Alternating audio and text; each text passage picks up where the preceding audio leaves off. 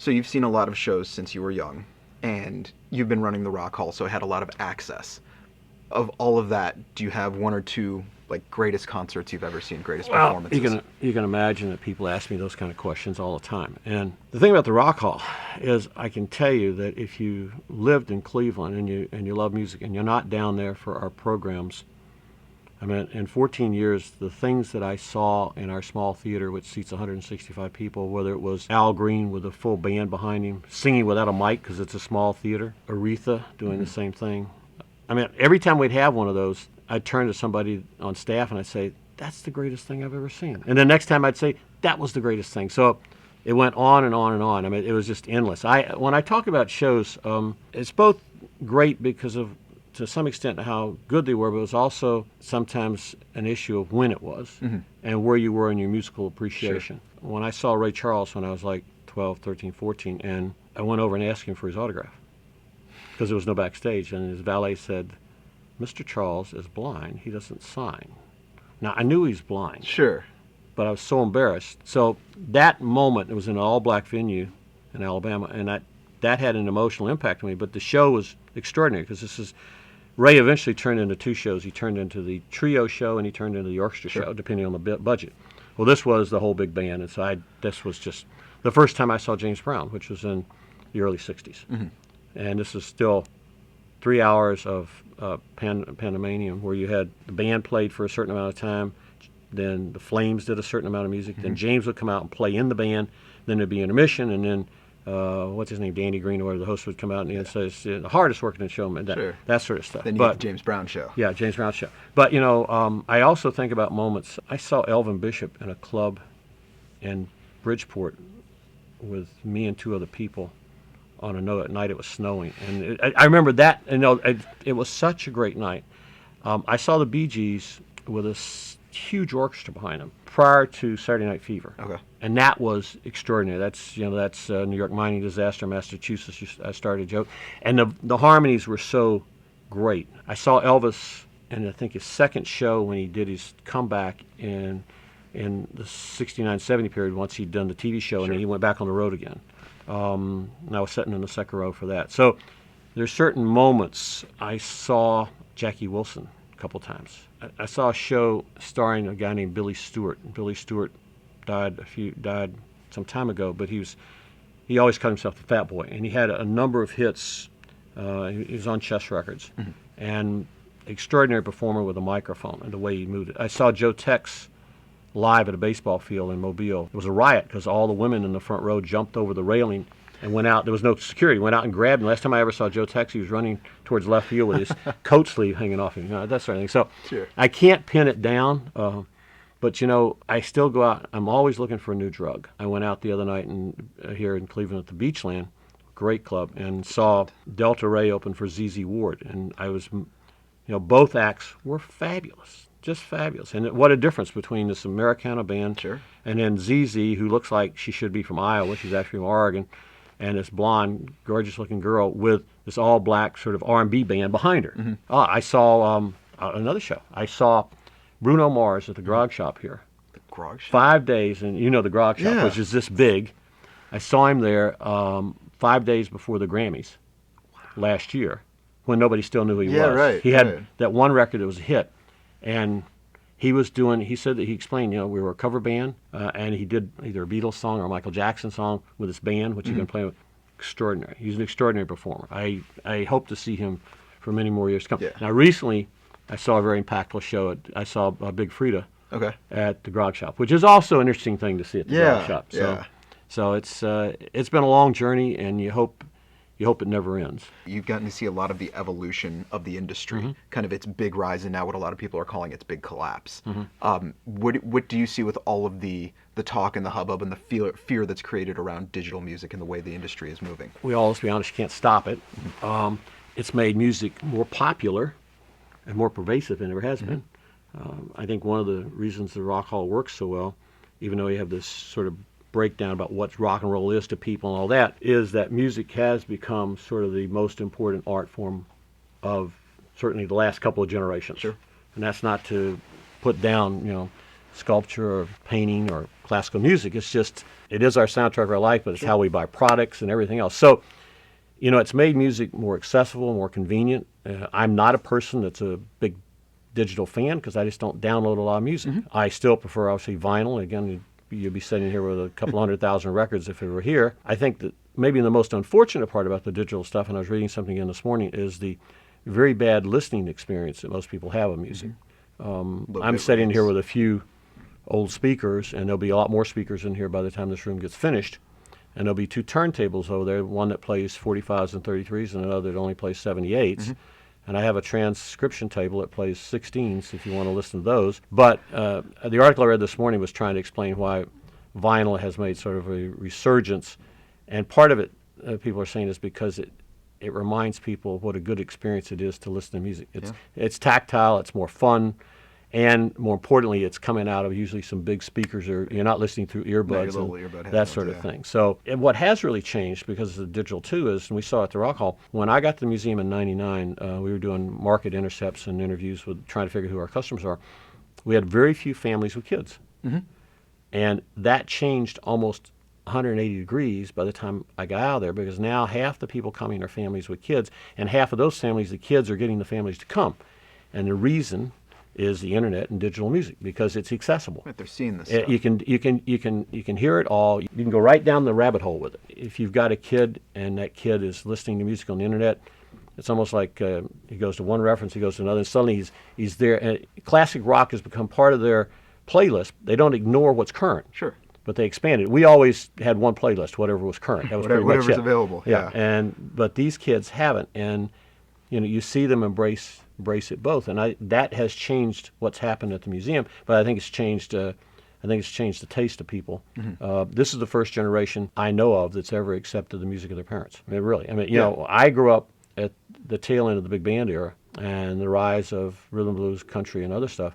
But once rock took over, I didn't want to have anything. My mother and father made me watch Lawrence Welk. It wasn't awful, but I wasn't going to play it. I didn't buy any Lawrence Welk records. Right, when I was growing up, my dad was putting on, The Who and the Stones, and I was like, yeah. And that's sort of the way this has worked. And so the kids that have accepted that the music came from also have expanded what they call classic rock is much broader than what was originally called classic rock. And as time goes forward and they discover more music, it's not just those great artists from the 60s and 70s. It creeps into the 80s. It's the Clash, it's punk, it's everything else. So as a music obsessive myself, there's one thing that I'm insanely jealous of. You have access to pretty much everything. If a recording exists, you can get a hold of it and enjoy it. What's it basically like to be able to say, oh man, you know what, I've always wanted to hear this impossible to find thing from the 30s, and just say, oh, can you bring that to me? Well, it is one of the luxuries I have.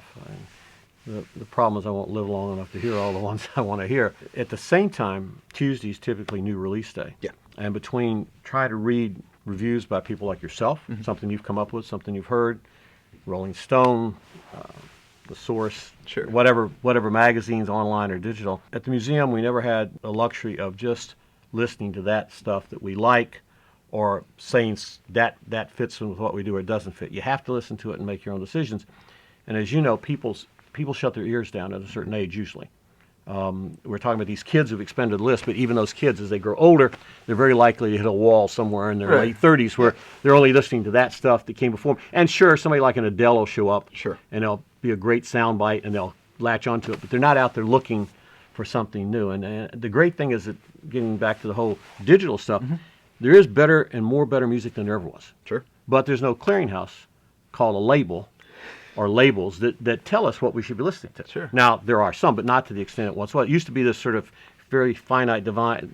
Right, you couldn't get the music. That's what you listened to, because that's what was out there. Now there's all these people entrepreneurially doing all these things, and more so than ever, and new websites and digital platforms. I talk to people every day about these different ways that bands are arising, how they fund themselves, whether it's through Kickstart or whether it's other new platforms. And so you really have to have that, be aggressive and say, it's almost like you got to wake up every morning and say, I want to hear somebody today. I want to find somebody and hear something that I didn't know existed, and say, damn, that was good. Yeah. And I'm going to watch and see where they go and see what happens to them. Yeah, get turned on to a new great sound every single day.